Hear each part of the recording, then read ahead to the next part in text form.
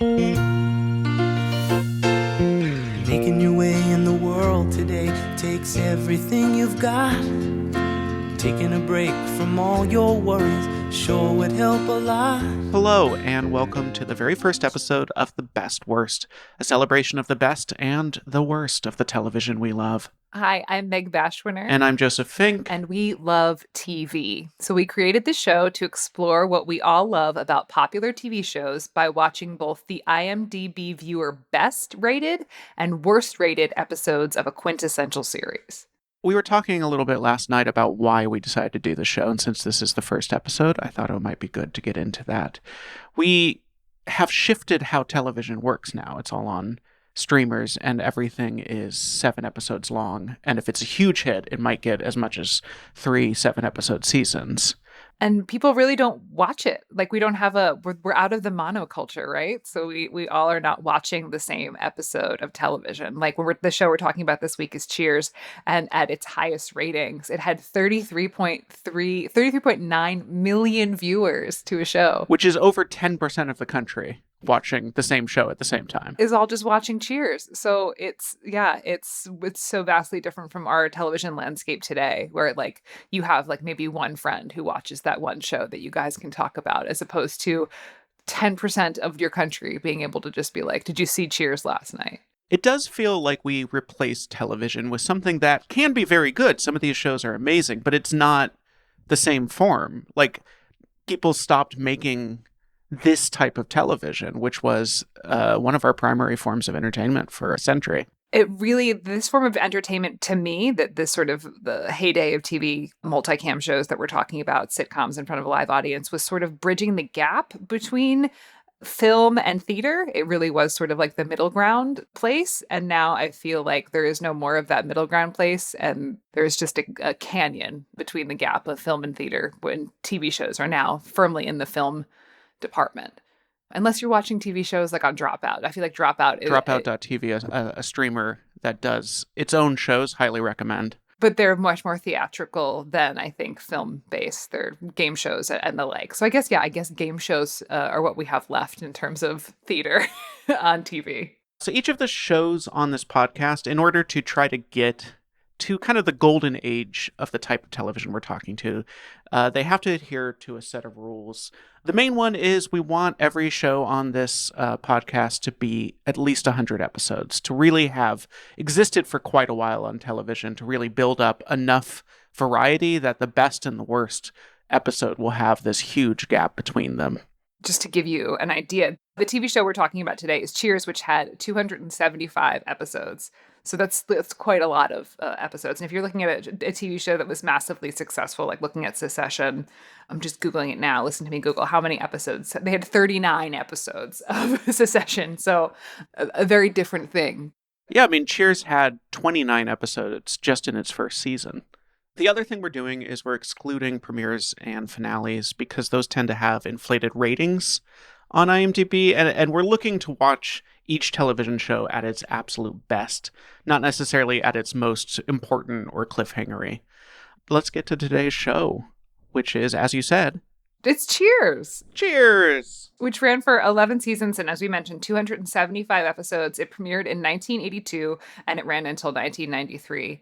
And Cheers, I watched it as a kid growing up. Did you watch it? You didn't really watch TV as a kid growing up. I didn't watch a lot of TV. My parents were pretty anti-TV, so I knew Cheers. I never watched it. I think if you had asked me before we did this, I would have told you Cheers was like a 70s sitcom, because it was always sort of, in my head, it was sort of a hazy, like, classic sitcom that existed sometime before I was born, because I just wasn't aware of it while it was running. I was aware of it while it was running. So you said that your parents were very anti-TV. I could say that almost like a third parent in my household was the TV. So yeah, so I watched a lot of TV and watched a lot of like the heyday NBC must-see TV. That was really the bread and butter. We used to watch the Frasier in syndication every night at dinner. We absolutely did watch Frasier. That's the weird thing is I love that that's we can watch Frasier because it's like pseudo intellectual. I had no idea that Frasier was a spinoff. I didn't know that Frasier was ever in another show. Yeah, the spin-offs of Cheers was Frasier. I also just found out while looking into Cheers today that there was another spin-off which I think is called, let me look it up what it's called, but it's about Carla's family. And it ran for 13 episodes, was canceled, I believe, mid-season, and many of the Italian-American audience found it very derogatory. So there's that. That's interesting. I would have never guessed. I think that Carla was supposed to be Italian-American. Yeah. I didn't think about her ethnicity. She doesn't play super Italian-American in the episodes we watched, so I just didn't think about it.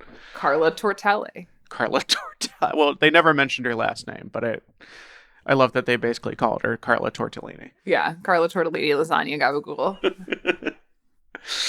While you look that up, I'm going to introduce the first episode we were talking about. This is of 275 episodes of Cheers. This is, according to the fine folks on IMDb, the worst episode, and it is season 10, episode 3, Madame LaCarla. A little behind the scenes, we had to re-record this episode due to sound issues, so we actually have recorded a few episodes after. So I apologize if I introduced this theory in another episode and I forgot, but I want to introduce this theory. I have, and we will test it going through this podcast, which is in a show that has run for a while, let's say 10 seasons. I think the best episode will always be in the middle third, somewhere in like season 3 to 6, somewhere in there, because that's when shows tend to really hit their stride. They've worked out the problems, but they haven't hit a wall or they're repeating themselves yet. And the worst episode will either be season 1, when they're still trying to figure themselves out, or more likely in one of the last 2 seasons when they're really kind of everyone involved is done. And this fits that. It's in season 10 out of 11. But just something to keep an eye on as we move forward if these follow that rule. So we sat down and we watched Madame LaCarla. Madame LaCarla? I think it's Madame because we're evoking the psychics. All right, so the summary of this episode is that we have our A plot where Carla's psychic has decided to retire and name Carla as her successor. And we sort of work through what that means for Carla and what that means for psychics in general. And then our B plot is that Woody is in a play that has premiered and he gets a bad review and he feels bad about the bad review. That is what we're working with here. I wouldn't say that the plot for either of these stories is strong. I think that's one of the issues we're running into. If we're thinking about, okay, why is this the absolute worst out of 275 episodes? One is it just doesn't have a lot of story going on in it. These both feel like not even B plots, but like C plots, just like a 1 or 2 jokes in the background of an episode that's about something else. Also, it does feel a bit tired. Like the energy of the show, it really is very low. When you walk into the bar, it's like sleepy. And there is it really is lacking dynamicism in this episode at all. The thing that Joseph and I giggle about is that Rebecca Kirstiali is in this episode and she is in the exact same, she's in 2 scenes. She's in the exact same spot at the bar doing the exact same thing both times. She's just sorting through a pile of mail. So there's just kind of boredly. She seems very bored. The rest of the characters at the bar seem kind of bored. And then the main characters of this episode are Woody and Carla, who are both beloved characters, but they are not the stars of the show. So we're in it feels like the whole episode is a B plot. The weird thing, though, is that even though they're both kind of, everything feels a little tired, it's also the show at its biggest budget. So one thing I noticed compared to the other episode we watched, the best one, is the bar is so much more crowded with extras in this one. Like they really are throwing money at the show, even as everyone involved is getting a little kind of running out of new things to do with it. They're trying to make that up by like, okay, let's, instead of like a couple extras in the background, let's put 100 extras in this bar and have people walking around constantly and doing things, and that'll make this feel energetic because it's no longer in the writing or performance. Yeah, that is sort of a signature thing of Cheers, is that it is set, the main barroom set is like in an active bar, or like a theatrical version of an active bar. It's obviously not loud like a bar. No one's interrupting Sam to buy a drink. Like there's, that sort of thing isn't really happening there, but we are on, in a theatrical version of a bar. And if you look, there is just 20% more extras in this, in this. And it gets to the point where it is distracting. Like there's a couple of times in this episode where I turned to Joseph and I was like, oh no, bad extra is bad. Because you see the extra in the background, just really pulling focus in like a way that's not funny or good. It's just like, literally just pulling your eye away from the dialogue that we're endeavoring to hear.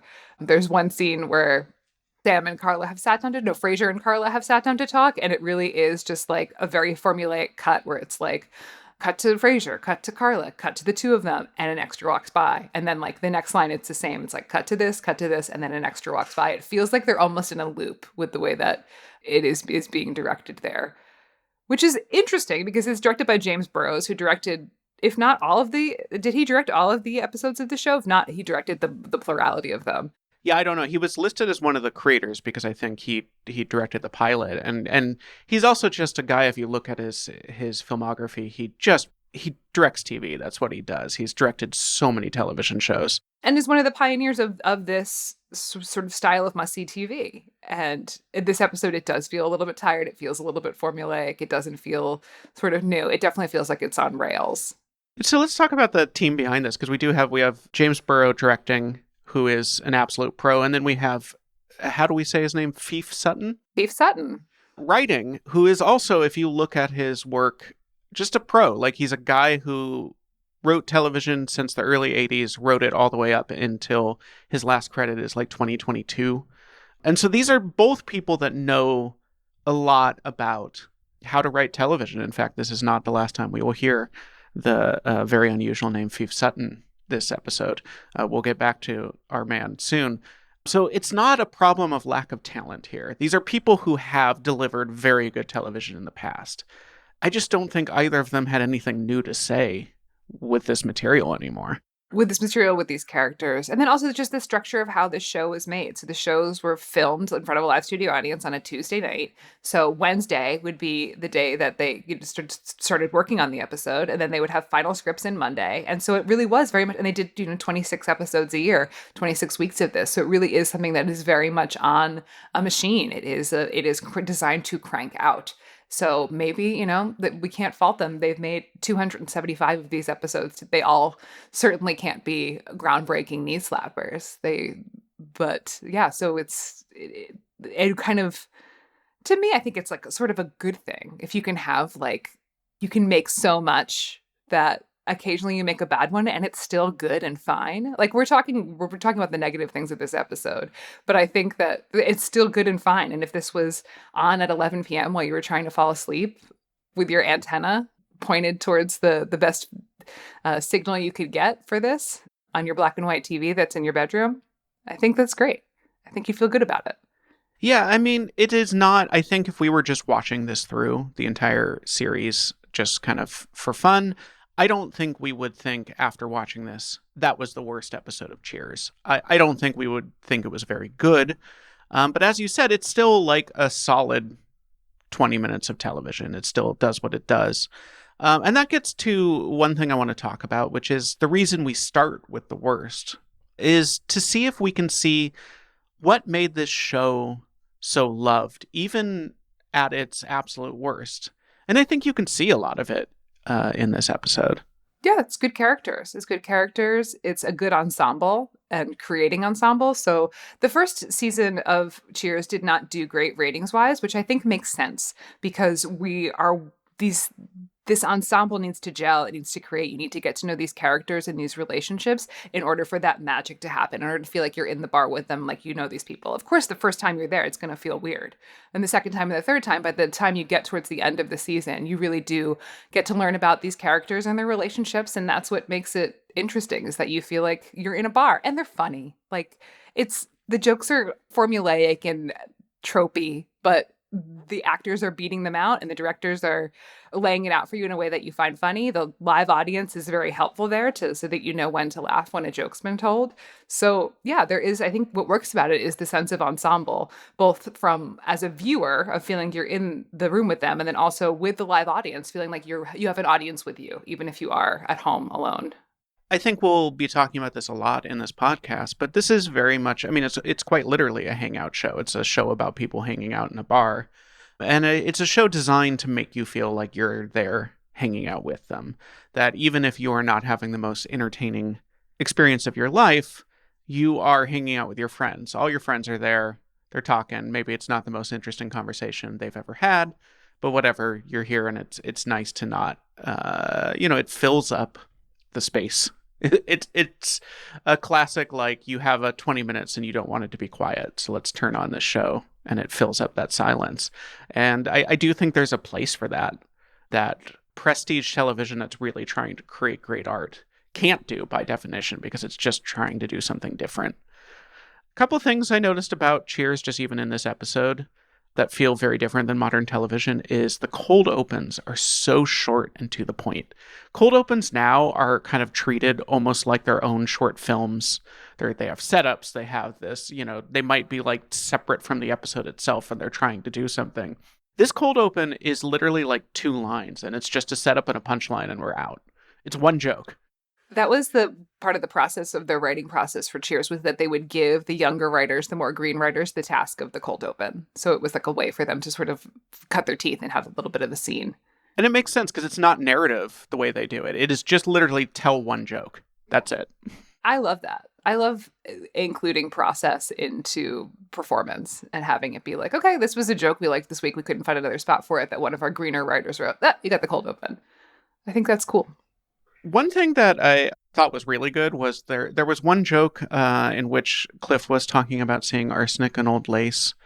And he described this lengthy story about his mother, who he lives with, finding it hilarious, the older woman killing people, and how he wakes up in the middle of the night and she's standing over him making this weird guttural sound in her throat. And it's just such it stands out in this episode because most of this episode feels very placeholder. And that felt so weird and specific and interesting that I really liked it. I really felt like I could feel a writer just found a riff that they found kind of funny and went with it. It had a sense of personality that a lot of the episode did not. Agreed. I also think it's performed well, too. Yes. And that's another thing about the show. The performances are strong. The acting is maybe not the most, we're not staying on the most firm, beautiful acting ground, but the try and the energy is there, and the quickness. These are like, it is a very specific style of performance, and I think they're all nailing it. It's this sort of style of performance is not going to work on Succession. Like Rhea Perlman in this role playing a comedic, 4-cam, 3-cam sitcom actor would not work. It would feel very wrong in another place. But in this place, they're all working really hard, and it's good. In this episode, some of it is a little bit tired. Like the Rebecca, like Kirstie Alley feels like if she could have zoomed into this performance, if she could have done this on a Zoom call, she would have. Yeah, maybe this isn't fair to Rebecca because I only saw her the other ones we watched were Diane, but she is so bad compared to Diane, at least, like Diane has this, she has great comic timing. She's really there. And yeah, Kirstie Alley here is just bringing nothing. Like you could have replaced her with a lamp in this episode. I mean, she's not given good material, but that's fair because she does nothing with it. Yeah. A couple other thoughts about this episode. There's just a dude there who looks kind of like Riker from Star Trek. He's got the same beard and the same kind of arched eyebrow, and he's just there. No one ever says his name. He has 2 lines. I'm to believe he's a recurring character. Yeah, I think his name is Pete, and he was in 42 episodes, but no one says his name. He's just kind of disconcertingly staring at the camera behind people while they talk. He really is so distracting to me. Yeah, he does kind of feel like that extra is bad, but he's not an extra because he has a name and lines and is a character, but they're just not using him. It speaks to we have more budget. Let's bring in some more actors. Let's see if we can use them. And then you can't. You didn't. I mean, I don't think he was a popular character given his IMDb does not have any pictures. There is no profile picture on his IMDb page. It's just that little gray silhouette. So I don't think that the guy who played Pete, despite looking a lot like Commander Riker, ever did much else with his career, unfortunately. One thing to note is that this was a sequel episode to a season 8 episode that also had Madame. How do we say that? Makes distracted. I'm looking at this guy's page. The guy for Pete. Is he Pete or is he? I'm pretty sure he's Pete. You sure he's not Lee? I am fairly certain, but I did some research. I think he is Pete. Okay, good. All the Cheers fans out there that are listening to this are like, how dare you? Sorry, there were 275 episodes and I haven't watched Cheers since I was 9. So, So Madame Lazora was in season 8, and she actually was nominated for an Emmy the first time she was there. So this is sort of, I would assume, a sequel episode to a triumphant episode if it was the kind of episode that gets nominated for an Emmy. So you can see why they would want to bring her back. But I don't know. They just didn't really find anything to do with her. The actress who played her, whose name I did not write down, she was a English singer who died of a unlisted medical event soon after filming this episode. I think she does her best with the material. She doesn't seem tired. She's bringing it as best she can, but whatever Emmy performance she gave the first time, they just didn't give her the same level of material this time. My last note, we talked about this. So this is a show that started in the early 80s and ended in the early 90s. So it really, it bridged some styles, some fashions, and the shirts in this episode are just deep early 90s. Some really great early 90s fashion going on. oh yeah, there's a part where Carla and Sam are in the same shot and the patterns on each of their shirts are absolute chaos. I'm like, what my little tiny black and white television set in my bedroom as a child would have done with this is just chef's kiss. But yeah, the fashions on Cheers in general are great. I think the costume design is always excellent, and I'm very impressed. Especially the hair. We'll talk more about the hair. This episode is brought to you by Facebook. So you were scrolling on Marketplace, and there it was, the bike you'd been searching for. You sent a message, and it turned out the seller was super chatty, kind of funny, and an avid cyclist. The next thing you know, you're in a cycling crew. Well, a community cycling group. The thing about Facebook, you might find more than what you're looking for. From a browse to a bike ride, this summer find more on Facebook.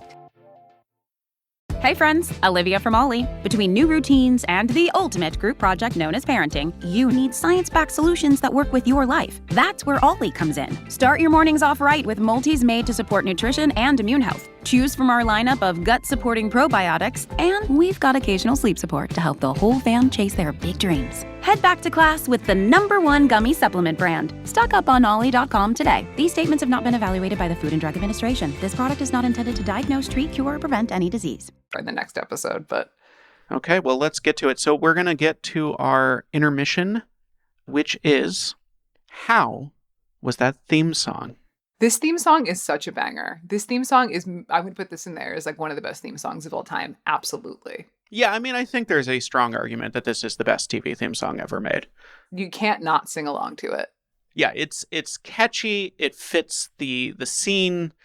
I have some information about this theme song, if you would like. I prepared a little bit of a history lesson because there is some interesting stuff here. Yes, and I will say that I had a friend of a friend who used to do this as his audition song, like his 16 bars, because he wasn't like a strong singer, but he knew that if he could hold the performance of this, like you might not be the best singer in the room, but if you show up and do your 16 bars to this song, you're gonna be remembered, and you're gonna make the auditioners and the people in the room feel good and have a good feeling associated with you. So I think if you're auditioning for theater in the early aughts, I think this is probably a really good choice, a nostalgia choice, especially if you're not a strong singer, but a strong performer. So this song was written by Greg Portnoy, who was a songwriter. He had some songs recorded by Dolly Parton and Air Supply. He wrote some songs for the TV show Fame.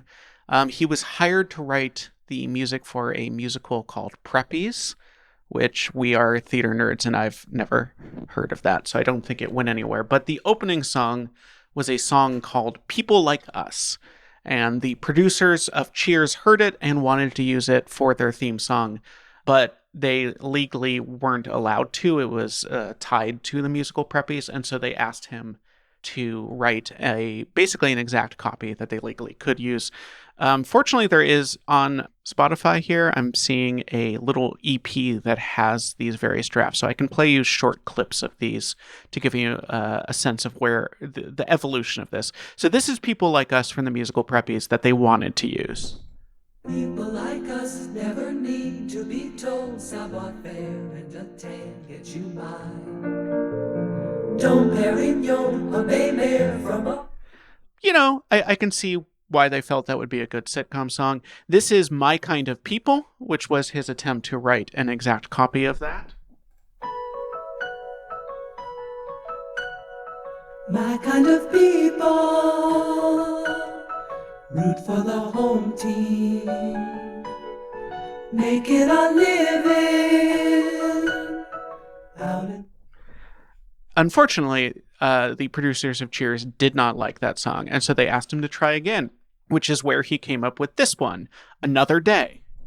Hey, that's another day, one more in the past, good times slip away too fast, out there 9 to 5.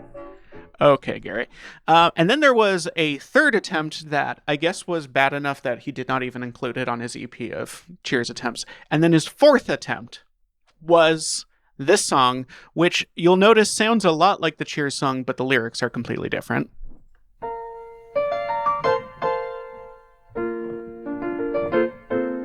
Singing the blues when the Red Sox lose, it's a crisis in your life. On the run 'cause all your girlfriends wanna be your wife, and the laundry tickets in the wall. So obviously they could hear that had a lot of potential, but they were also like, Gary, those lyrics are bad. And so he rewrote it, but they liked the demo enough that, as you can hear, they just basically had him recreate the demo. And that is the story of Gary Portnoy and the Cheers theme. He did not, as far as I can tell, do any other releases of note after that. So good though. But it's funny to hear the story of it, that it's written by committee, because usually stuff that's written by committee is terrible.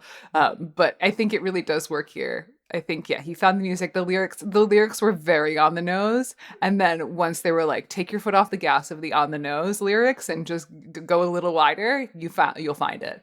Also the inclusion of rhythm was good. Yes. adding some drum beats there. The first one was just a demo. So they just had him kind of recreate that demo, but with a band.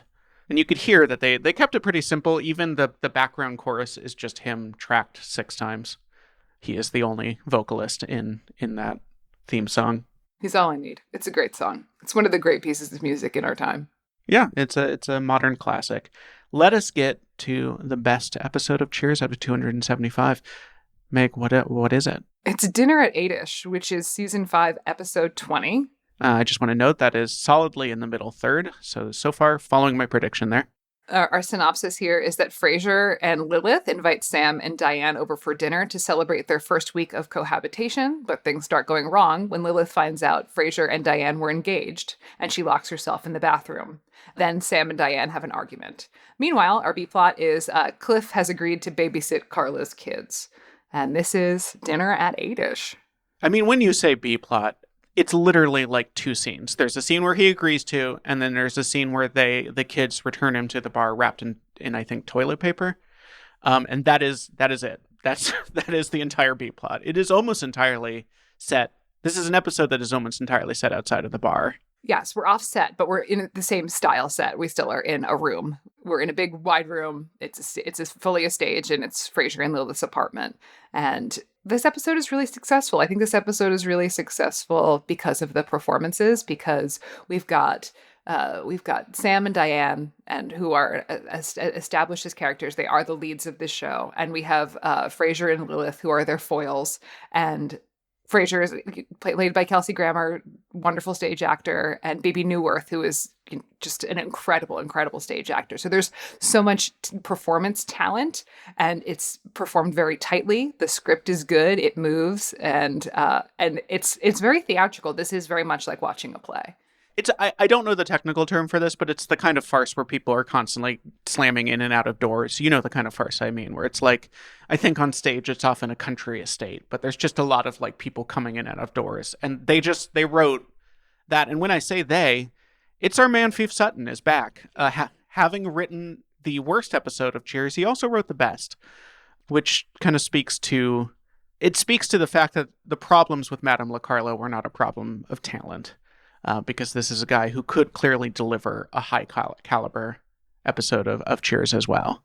Yeah, I think the problems with Carlo were just like, we're tired and the machine keeps rolling and we're still in the machine. And we have to, it's that like Lorne Michaels thing with Saturday Night Live. It's like, we don't start the show because we're ready. We start the show because it's time, or 10 o'clock or whatever. I'm butchering this quote and everyone is hating me for it. But we're not putting this episode up because we're done and we think it's perfect. We're putting this episode up because we have to, because this is our film schedule. So yeah, but this episode is great.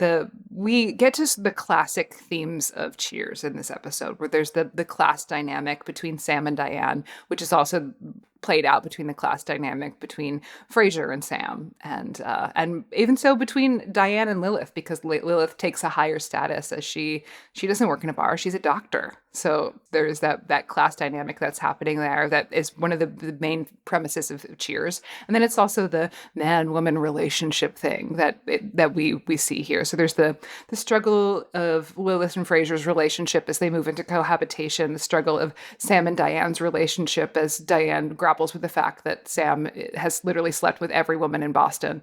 So there is those dynamics at play. So we're playing our hits here. We've got our good actors in a single set, in a tight script, talking about class and man and woman romantic relationships. Like we're there.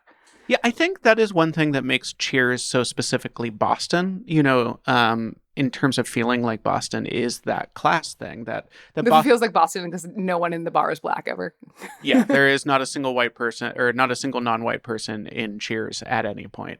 But also, like, Boston is a place where there's Harvard, Harvard's there, but also a lot of Boston is very working class. And so it is a show that really plays into that divide between Harvard Boston and working class Boston.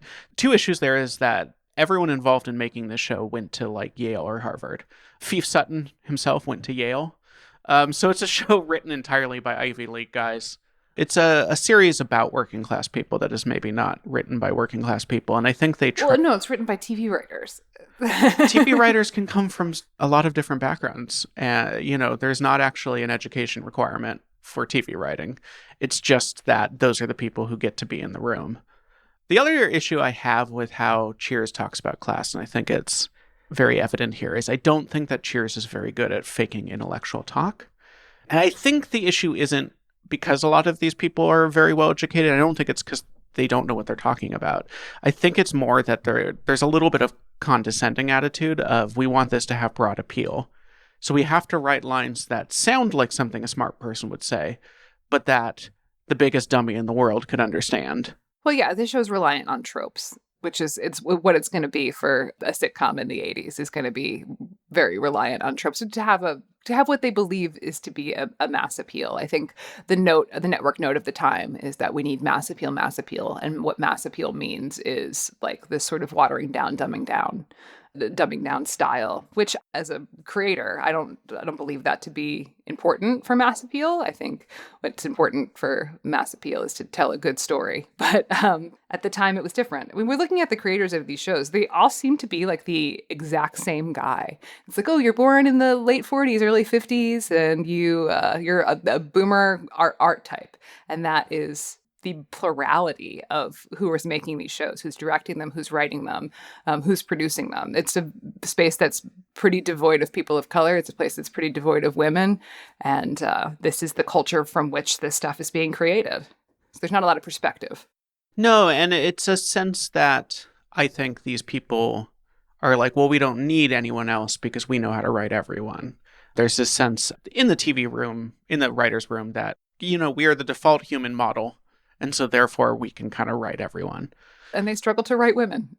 They struggle to write women. They struggle to write, I think they had to resort to tropes and archetypes because that's all they had for a lot of different types of people. going through this episode, going back to the cold open, it's once again just a short bang bang and we're out. And one thing I really enjoyed here is that Ted Danson just goes ahead and laughs at the joke. He does not even try to hide that. It's not like a Jimmy Fallon style break where he's trying to suppress it. He kind of laughs in character and it works. But I found it kind of enjoyable that Ted Danson's just like, yeah, that was a funny joke. I'll laugh at it. Yeah, I mean, Ted Danson is so good. They're all these actors are very good, but Ted Danson is a special talent. Yeah. As I think is Bebe Neuwirth watching this episode as well. She's given less to do, but is just so dynamic on screen and so serious and just really, holds the moment. Is very physically dynamic on set. Yeah, I mean, Ted Danson has a thing that he has that like Chevy Chase physical comedy going, but he's also very good at verbal. Like he can kind of do both, which I think a lot of people struggle to be equally good at both. And I think he could. He had those. He was so tall that he was kind of gangly, and that made the physical comedy really funny. But he was also very good at the one-liners. Very good at the one-liners, and also listen. There are 4 cameras on these people. They're playing to a live audience and 4 cameras. This is not an easy thing to do. Like there is a lot of different things to consider here, and he's really very solid in it. Talking about physical comedy, the one thing I notice, I feel like modern sitcoms are a lot more verbal based. They're a lot more about just here's a series of one-liners. And a lot of Cheers is physical comedy. There's a lot of people tripping in this episode, people falling on couches. There's a really good piece of physical comedy early on between Kelsey Grammer and Bebe Neuwirth where they're fighting over how to present the magazines on the coffee table because they're both used to kind of having their way in an apartment. And she throws the magazines at him, which causes them to fly all over, but she also throws it so hard she goes flying back on the couch. And it's just this, it's like a single physical comedy beat, but they both are playing it to its absolute max, and it creates a very funny moment. Yeah, and that is the thing that we're working with here in this bridge between theater and film is where we are. And yeah, just Bebe Neuwirth is standing Bebe Neuwirth here, and I will continue to do that because I think she's just incredibly talented. And an incredible stage actor as well. Yeah, I'll point out that I was looking at some fan notes about this episode online, and someone pointed out that apparently a running joke later in the series is that Lilith has a terrible singing voice. But in this episode, she sings, and Bebe Neuwirth just uses her regular voice, which was Broadway level. She had sung on Broadway. And so it's just a little inconsistency there is that in this episode, Lilith has a Broadway-ready voice. Yeah. Yeah, there's a scene around the piano. Yeah, Kelsey Grammer just sits down and plays the piano, which, by the way, there's also just such a classic sitcom apartment that they can fit in a Boston apartment. A straight up, it's a grand piano. It's maybe not a concert grand piano, but it is a grand piano. There's a piano in Cheers as well. In the last episode, the Madame LaCarla, she sits down and starts playing the piano. Then Kelsey Grammer tries to give her some notes on playing the piano, which I think it's cool. I think it's cool to have a set that has stuff in it that people can use, like actual things happening here, as opposed to, I guess, the sets now that are all just in someone else's cold house, that are all just being filmed at our neighbor's house across the street from us. Yeah, we had a TV show filmed across the street from us for a month, which was not super fun. Although we did once see Kristen Bell walk to her car. But I would just walk up and down the street every time I needed to get anywhere. And I would just be saying, build a set, build a set. Because when you build a set, you can do, they work that space to its maximum. Every part of that space is used. They're constantly using the props. There's a running joke where Ted Danson, his character is hungry, and so he's just eating everything.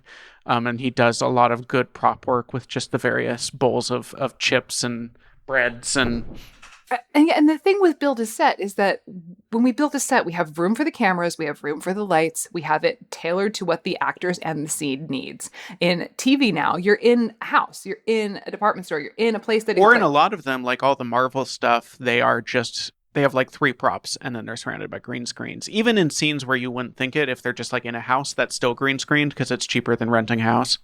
Yeah, it's the neo-futurist theater thing where it's like, oh, you have to pretend to be tired, just go run around the block. Like, just we have these things in our toolbox that we can use that are actual tools. We don't need to, bring sand to the beach here.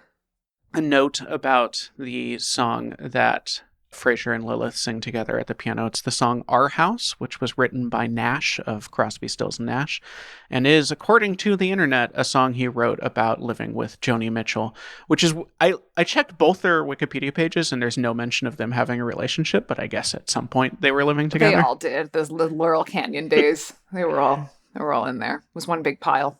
Some other notes about this episode. It's such a different time that they're having a 4-person dinner party, the two people that live there, and they've invited 2 of their friends, and everyone is wearing full formal wear. The men are in suits, the women are in dresses, heels, pantyhose, full on. Yeah, it is full formal for just having friends over to your apartment. Yeah, well, she has it catered as well. Yeah, well, that's sort of an ending punchline, is that she secretly had it catered by, of course, a woman that it turns out, why am I blanking on Ted Danson's character? Sam. That Sam has slept with, Yes. because he slept with everyone. Yes. There's some fun jokes about being horny about dip. Yeah, there's some jokes about being horny about dip. There's the way the episode ends is very tropey, and I bristle at, where they end up locking both of the women in the bathroom and go upstairs and smoke cigars, which feels so very of its time. Actually feels further back than of its time. It feels like that is it feels very I Love Lucy plot. I agree. It really let the episode down. It's this misogynist button to an episode that I think is otherwise playing pretty nuanced in a sitcom format with everyone's feelings. Everyone has an opportunity to feel hurt and insecure.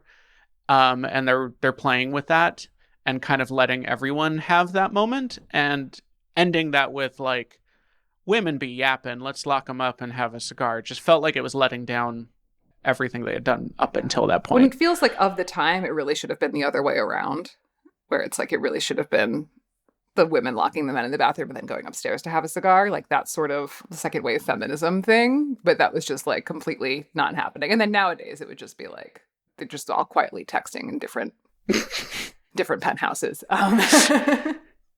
Some other notes I have, there was, as I said, way fewer extras in this one. Not just in the apartment obviously didn't have extras, but the bar, there was 2 tables. Yeah, I think the idea when creating the show is that they wanted it to feel real. They wanted it to feel like a bar. They wanted it to feel like there was always something going on in the background that could be interesting. I think the notes given to the background actors were there's always going to be a camera on you, so make sure you're playing to that camera. And that is a difficult note to give an extra. But yeah, so there's not that in this episode. My other note about this episode is that the blow dryer from the hair and makeup department was working overtime. Everyone has a proper blowout. Well, yeah, because this is season 5, so this is late 80s. So we are in the full swing of what we remember as the 80s here. Yes, Kelsey Grammer's got a blowout. Ted Danson is it looks like he left the car wash in a convertible during the blow dry part and showed up on set. It truly is great. Shelley Long's hair is perfectly coiffed. Bebe Neuwirth, they were using that diffuser on her. So it's good. Some good hair work. Any other notes on this episode? I'm going to go back to the hair stuff. Again, talking about the bridge between theater and film. In a film, the sitcom, because it is in front of a studio audience, you do have to kind of go a little bit bigger with hair, makeup, and costume, just from a visual standpoint, so that people in the audience can actually see what the intent is of how these characters look. Whereas when we move to film and we move to TV nowadays, there's so much more subtlety in look and costuming. And I love the big fun fluffy hair and the blue eyeshadows of this show. One thing I noticed about this is there's just no attempt to make it feel like real life, and that can be really enjoyable. I think because we watch TV on high definition televisions now, people who make TV feel a pressure to really deliver little details you'll notice in people's sets, people's houses, what people are wearing. And this very much just feels like a theater set and theater costumes. And that can be enjoyable because these people are here to perform for us. Well, it's pre-reality TV. So it lives in a world before we were inside everyone's home and we were inside everyone's office. It is pre that time. So the hunger for reality didn't even really exist because we didn't even know that we wanted to eat it, right? So yeah, it is this sort of fossilized world of before before we were inside Khloe Kardashian's bedroom. So watching this show for the first time, I think, since you were a kid, how did you feel? Like, how did it change how you felt about it?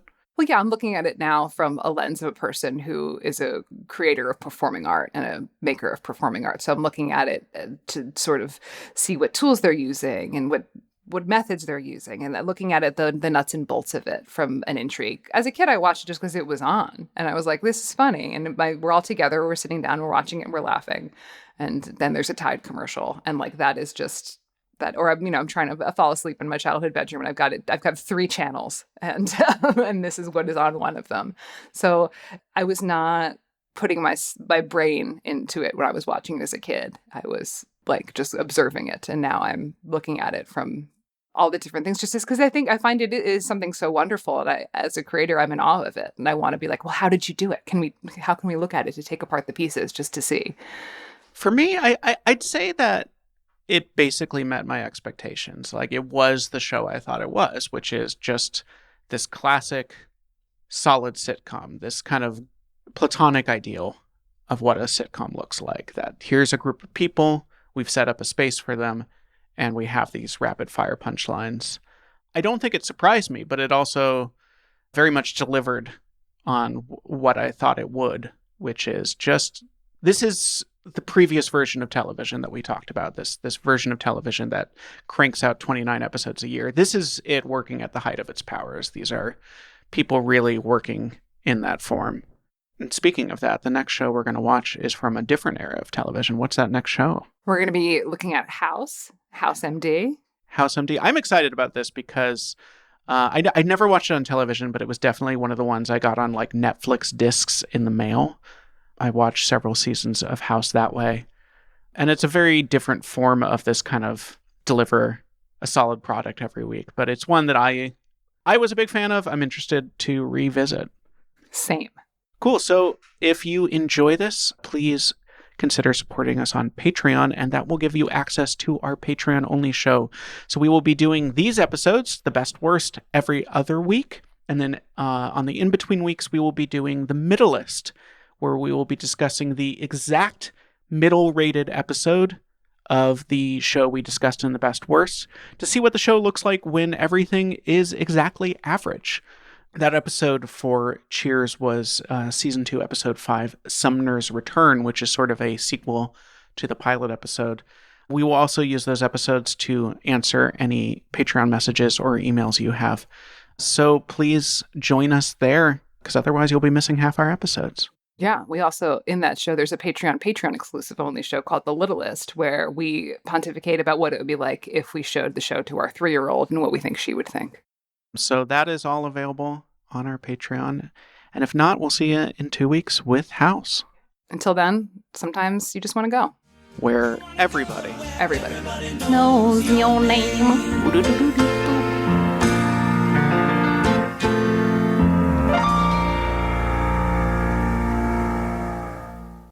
Uncovered windows can make your home feel up to 20 degrees hotter. Stay cool and save up to 45% off custom window treatments during the Summer Black Friday mega sale at Blinds.com. From outdoor shades to room darkening blinds, finding the perfect fit is easy. Get free samples, expert design help, and professional measure and install services, or DIY with confidence and support every step of the way.